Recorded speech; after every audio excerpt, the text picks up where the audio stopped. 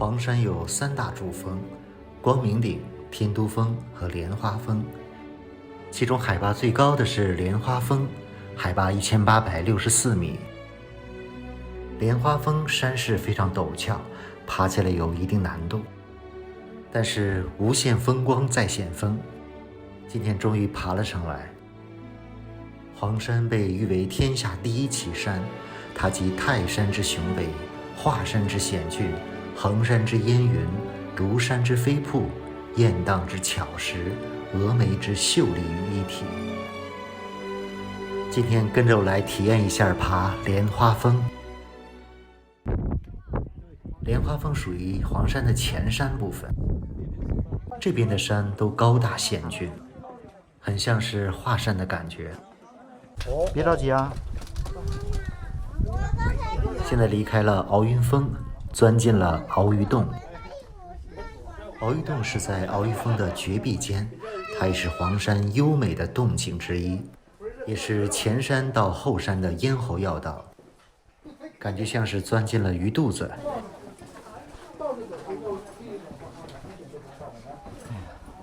鳌鱼洞，这是鳌鱼洞。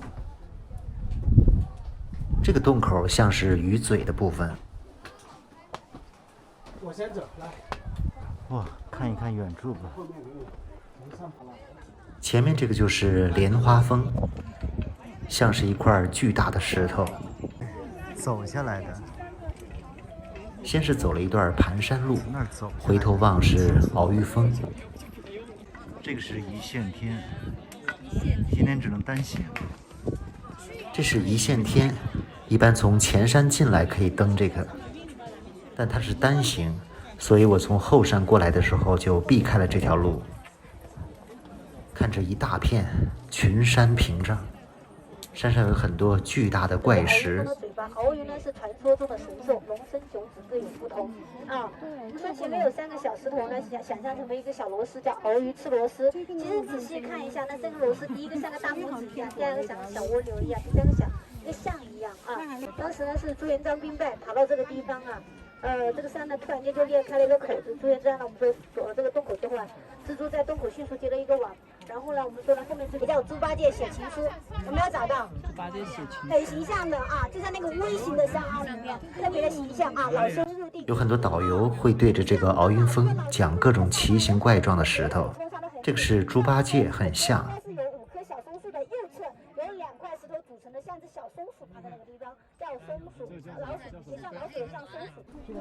百步云梯，现在来到了百步云梯面前，非常陡的台阶。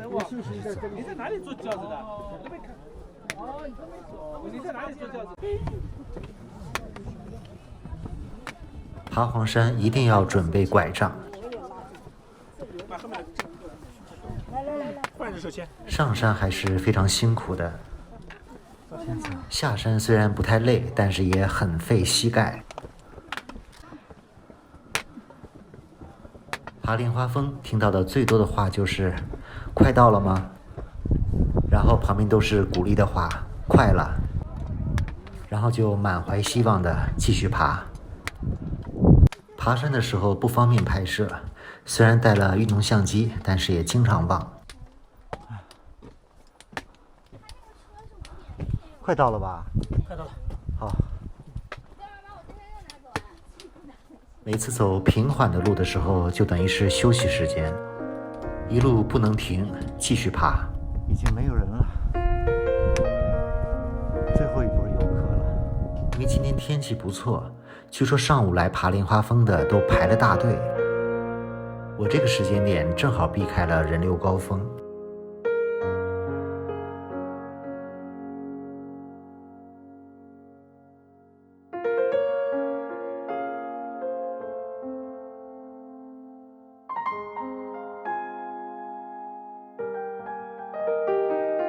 上山的途中有很多洞穴，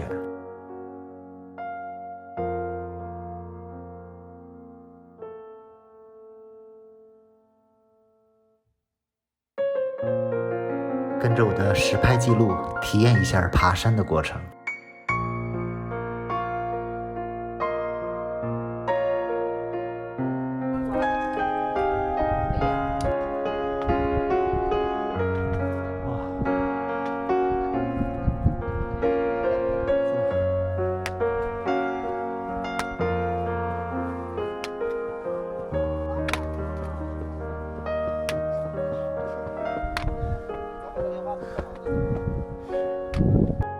经可以看到山顶了。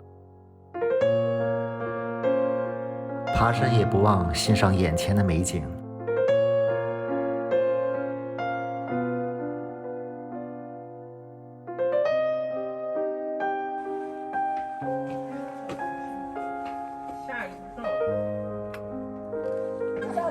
即将登顶，我本来这件衣服不拿，要轻松一点吧。是莲花峰顶，终于来到了莲花山的峰顶。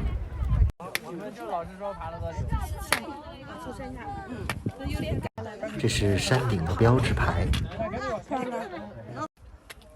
往北面望去，可以看到白云宾馆。这是莲花峰，黄山最高峰啊，1864米，是吧？没说错吧？没说错，没说错。这是下面的鳌鱼峰和登山栈道。啊，没事，我现在。山顶上有2条登山路。哇，要开始下山了，太陡了。来。用手机拍就可以了。哎呦，等你小心啊！慢慢来，慢慢来。这是南面的一条路，通往迎客松的，非常陡。大部分人都是从这条路来上山，有点难度。不过下山也感觉非常的陡，有几个地方甚至达到了70、80度。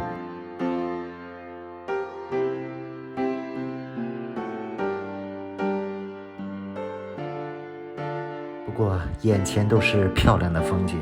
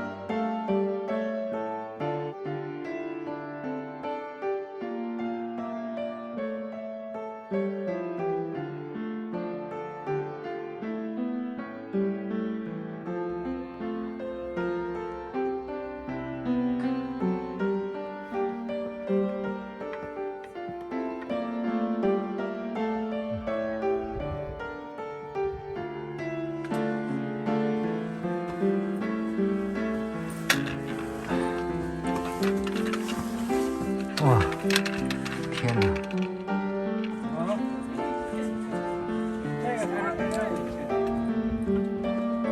小李。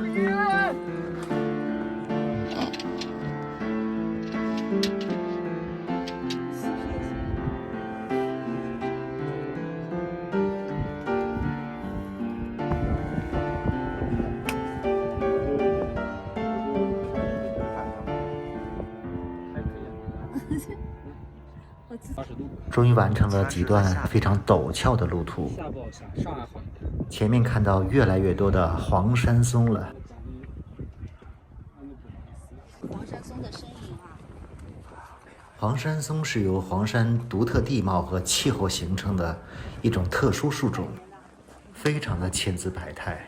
黄山有10大名松，其中迎客松是黄山的标志。这次爬黄山，我还看到了宋鹤松、接引松、蒲团松、探海松、连理松、麒麟松、黑虎松。往前的这条路就是通向迎客松的小路。哇，好漂亮啊！哇，现在前往迎客松。这段路难度不大，非常的轻松。